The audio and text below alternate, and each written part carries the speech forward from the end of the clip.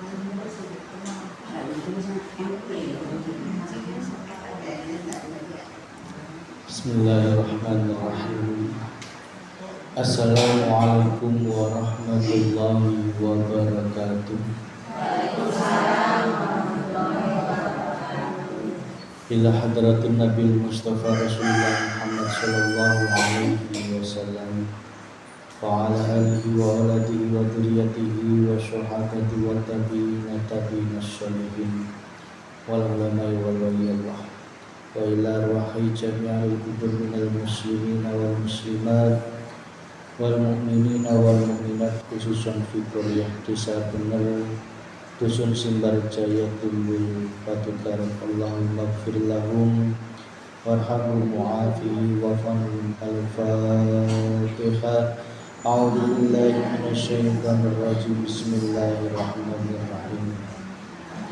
Alhamdulillahirabbil alamin arrahmanir rahim maliki yaumiddin. Iyyaka na'budu wa iyyaka nasta'in ihdinas siratal mustaqim siratal ladzina an'amta 'alaihim ghairil maghdubi 'alaihim waladdallin. Bismillahirrahmanirrahim. Alhamdulillahirabbil alamin. Alhamdulillahi 'ala nikmatil iman.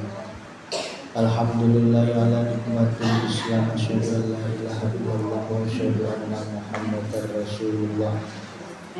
Allahumma sholli ala sayyidina Muhammad wa ala ali sayyidina Muhammad sallallahu alaihi wasallam. Yang dimuliakan Allah, Ibu Kadus, Ibu RT, Ibu-ibu sadayana jamaah pengajian dinten Jumat sore. Alhamdulillah kurang sadayana tiasa kumpul deui dalam keadaan sehat walafiat.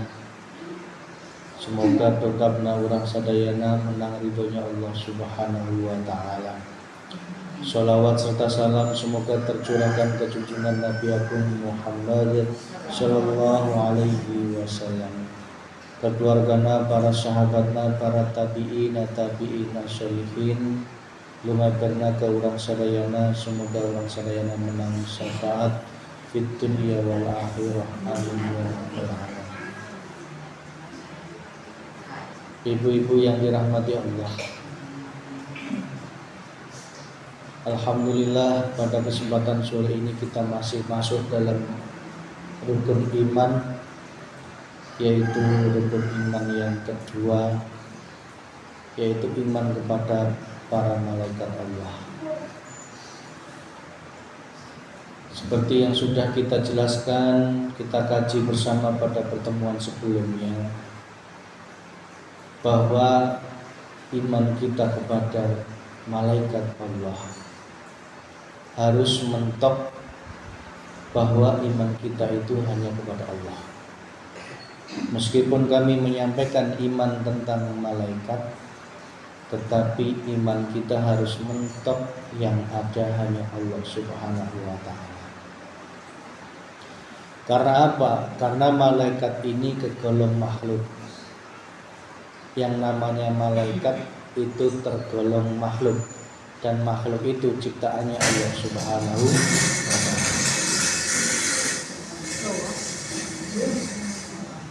Yang namanya makhluk itu berarti ciptaannya Allah Subhanahu wa ta'ala. Berarti yang menggerakkan, yang menguasai dan yang menghidupi yaitu Allah. Iman kita harus meyakini bahwa la haula wala quwata illa billah, bahwa tidak ada daya dan kekuatan kecuali miliknya Allah Subhanahu wa ta'ala. Meskipun kita menyampaikan tentang tugas-tugas malaikat, tetapi iman kita harus mengatakan bahwa yang memberikan kekuatan itu adalah hidup, yaitu Allah Subhanahu wa ta'ala. Masih ingat apa yang kita bahas di pertemuan sebelumnya, yaitu tentang malaikat Jibril, malaikat Mikail, malaikat Israfil, dan juga malaikat Israfil. Ada yang masih ingat?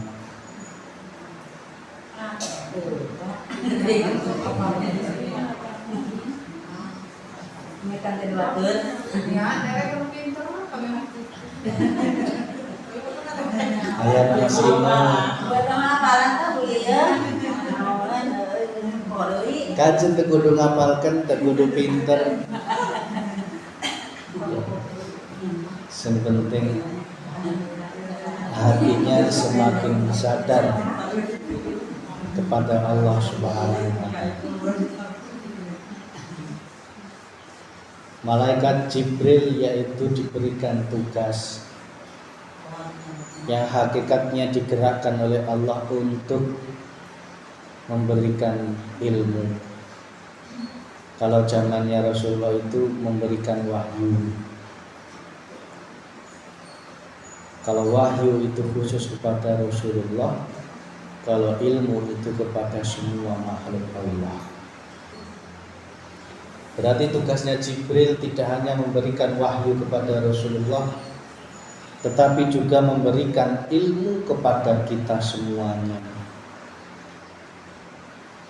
Kok bisa otak kita berpikir? Kok bisa otak kita ini memunculkan ide? Kok bisa otak kita ini dalam hati berkata-kata, ya kan?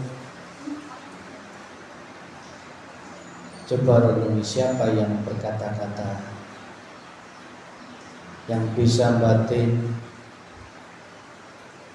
yang bisa berpikir, yang bisa memiliki kecerdasan. Wujudnya ibu-ibu bisa datang ke sini berarti malaikat Jibril memberikan ilmu. Bukan berarti saya bisa, kita bisa, enggak. Kita bisa mengkaji ilmu seperti ini atas kerjanya malaikat Jibril yang hakikatnya digerakkan oleh Allah Subhanahu wa Ta'ala. Kita suruh iman dan percaya kepada sesuatu yang tidak terlihat. Malaikat Jibril kan nggak kelihatan. Tetapi nggak kelihatan bukan berarti nggak ada. Hanya saja panca indera kita ini tidak mampu menangkap gelombang-gelombangnya, karena dibatasi oleh Allah Subhanahu wa Ta'ala. Kalau panca indera kita dibuka tanpa ada batas, bisa jadi kita nggak mau hidup di dunia ini. Ada yang melihat jin, ada yang melihat genderuwo, ya kan? Ada yang melihat malaikat. Ketika mau kerja melihat malaikat pencabut nyawa, sudah mulai seliweran, akhirnya nggak jadi kerja.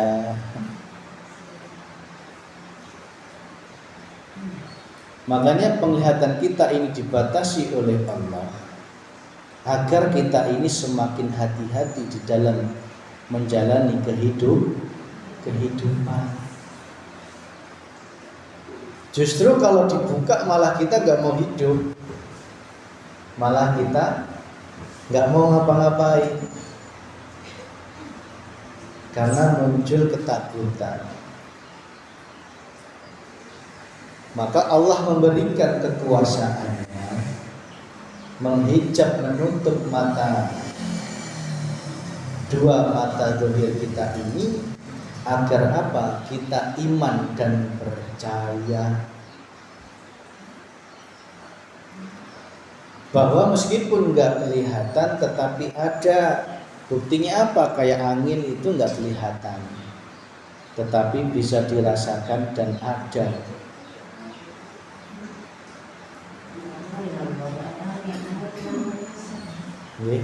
Ada yang bisa melihat angin? Enggak ada. Itu tuh malah kali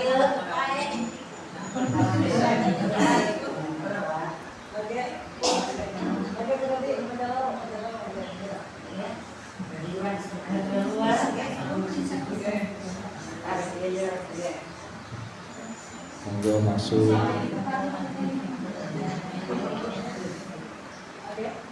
Mulainya belum lama kok.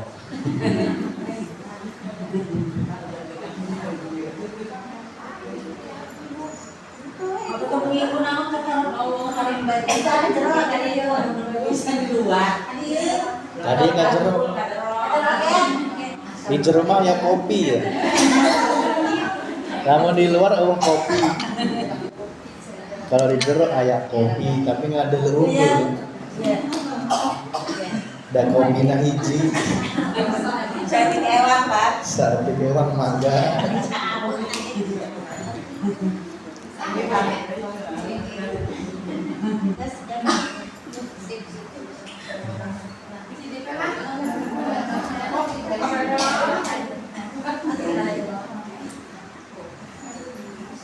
Pun sudah selonjor monggo bebas selonjor.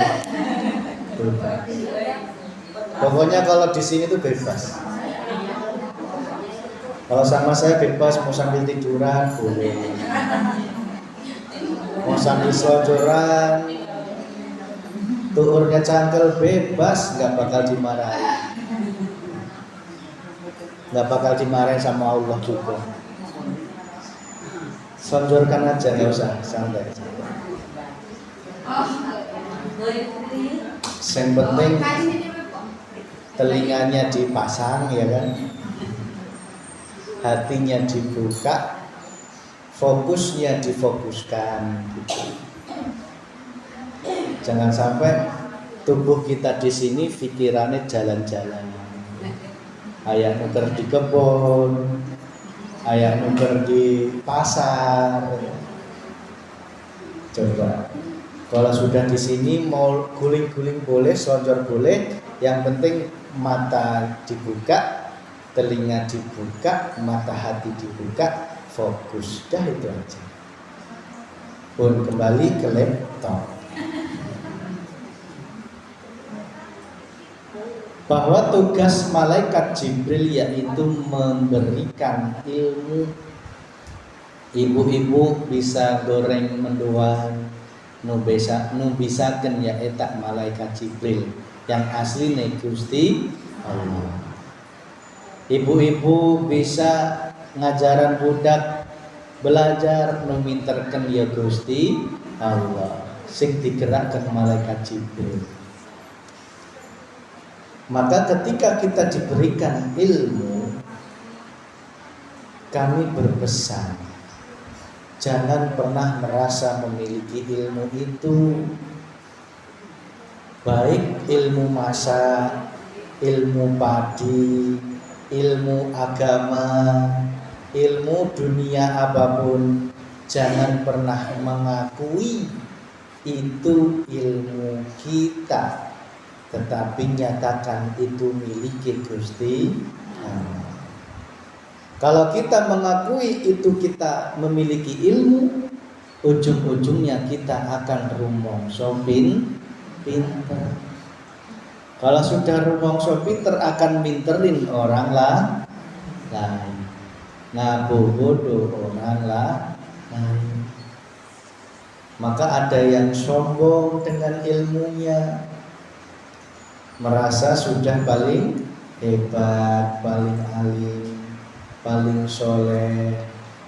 Dia nggak sadar bahwa itu sebenarnya titipannya Allah melalui malaikat Jibril. Maka jagalah wilayah hati kita untuk terus kosong, jangan ada isi.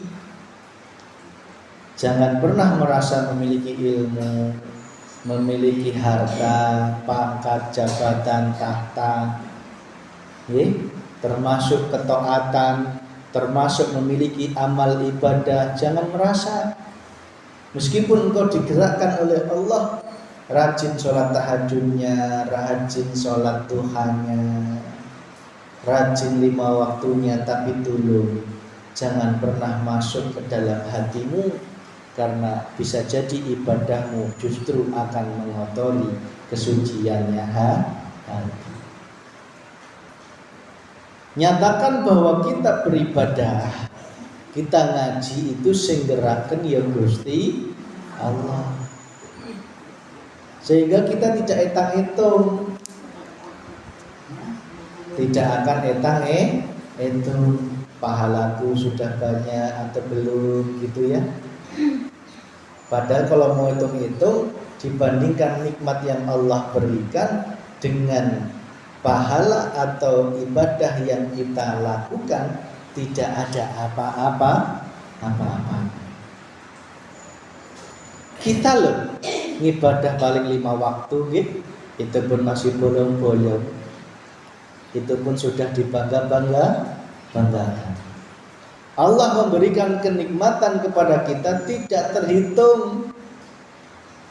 Kenikmatan nafas, bisa narik nafas, keluar nafas, kenikmatan sehat, kenikmatan masih bisa berkumpul anak istri, masih bisa makan yang enak, ya? Masih bisa hati kita sadar Allah itu yang lebih utama. Itu kenikmatan yang luar biasa. Maka jadikanlah wasilah malaikat Jibril ini sebagai hati kita untuk terus sadar Allah. Kalau kita sudah sadar di situ, maka tugasnya malaikat Mikail adalah memberikan kenikmatan.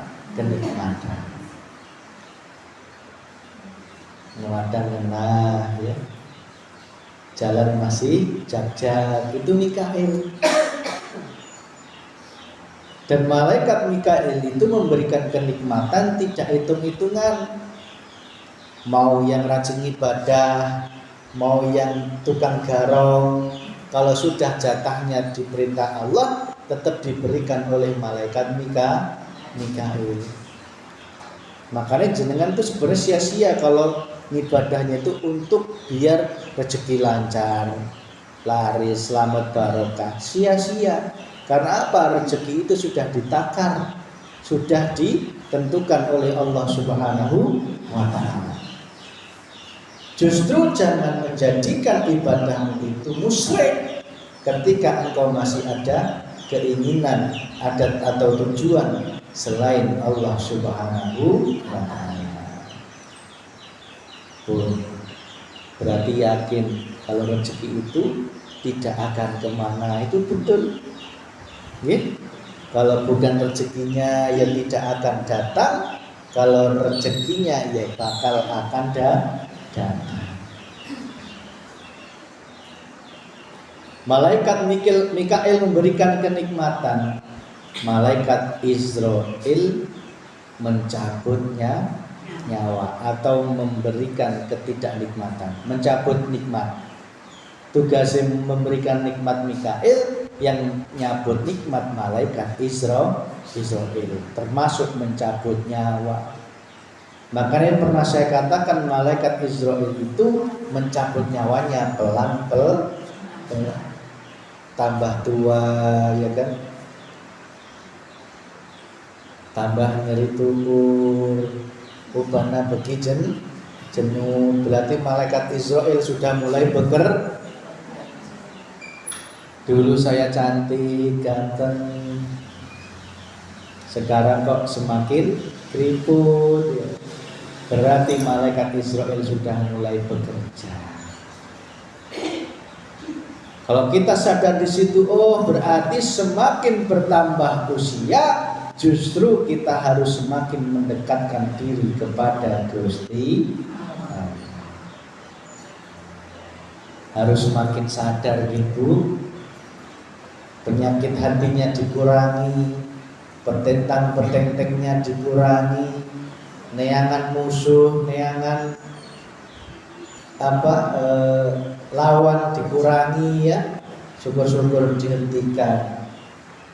Jangan memiliki dendam, memiliki emosi, memiliki marah.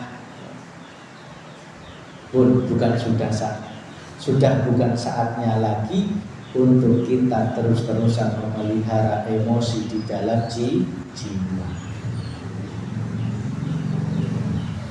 Maka kembali ketika kita sudah paham bahwa Israel mau tidak mau terus bekerja dalam diri kita, kita sadar dan ikhlas. Oh, tubuh ini bukan milik kita. Paham ya? Ternyata tubuh ini bukan milik kita.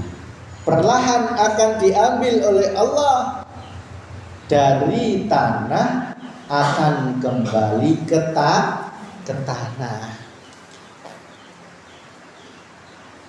Dari tanah liat kembali ke tanah liat.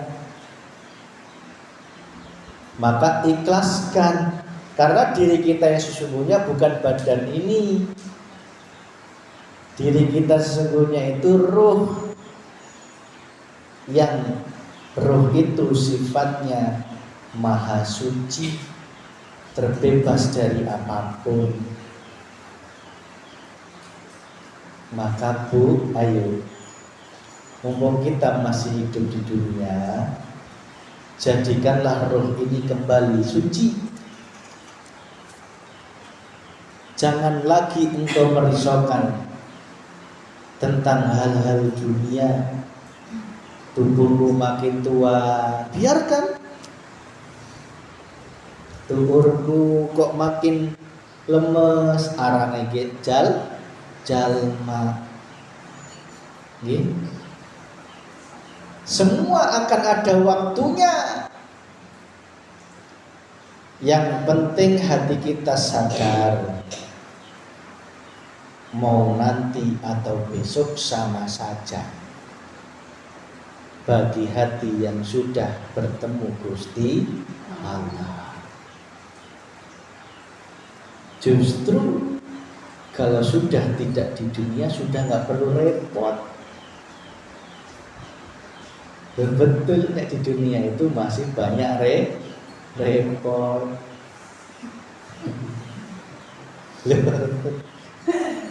Nggak percaya. Maka bagi para kekasih Allah yang diharapkan itu justru malah kematian.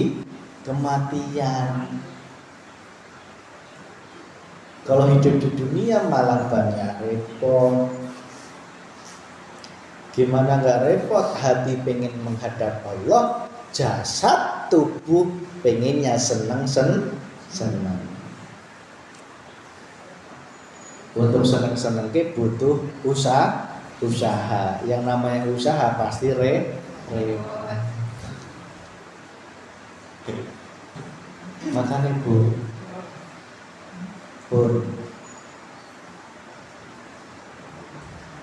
yang kita lakukan adalah hanya mempersiapkan. Yang kita lakukan hanya mempersiapkan.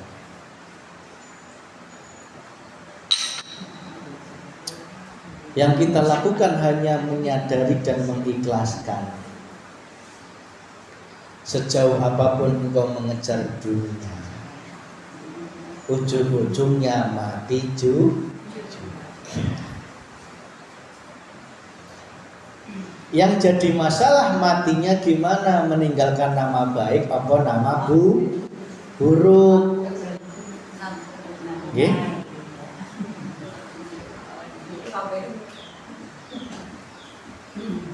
Kalau kita meninggal, itu yang tertinggal itu nama. Betul nggih? Jasad kita masuk ke tanah. Tubuh kita masuk ke tanah, kembali ke tanah. Sedangkan rohaniah kita akan abadi. Ruh kita akan abadi. Dan nama kita juga akan abadi. Cuman nama kita meninggalkan nama yang baik atau meninggalkan nama yang buruk. Jangan sampai kita meninggalkan nama yang buruk itu. Untuk diri saya dan kita semua, ayo berusaha tinggalkanlah nama yang baik. Ya, makanya jangan sampai dari sekarang jangan sampai kita bermasalah dengan orang lain. Biar nggak bermasalah gimana? Ya, kita harus sadar.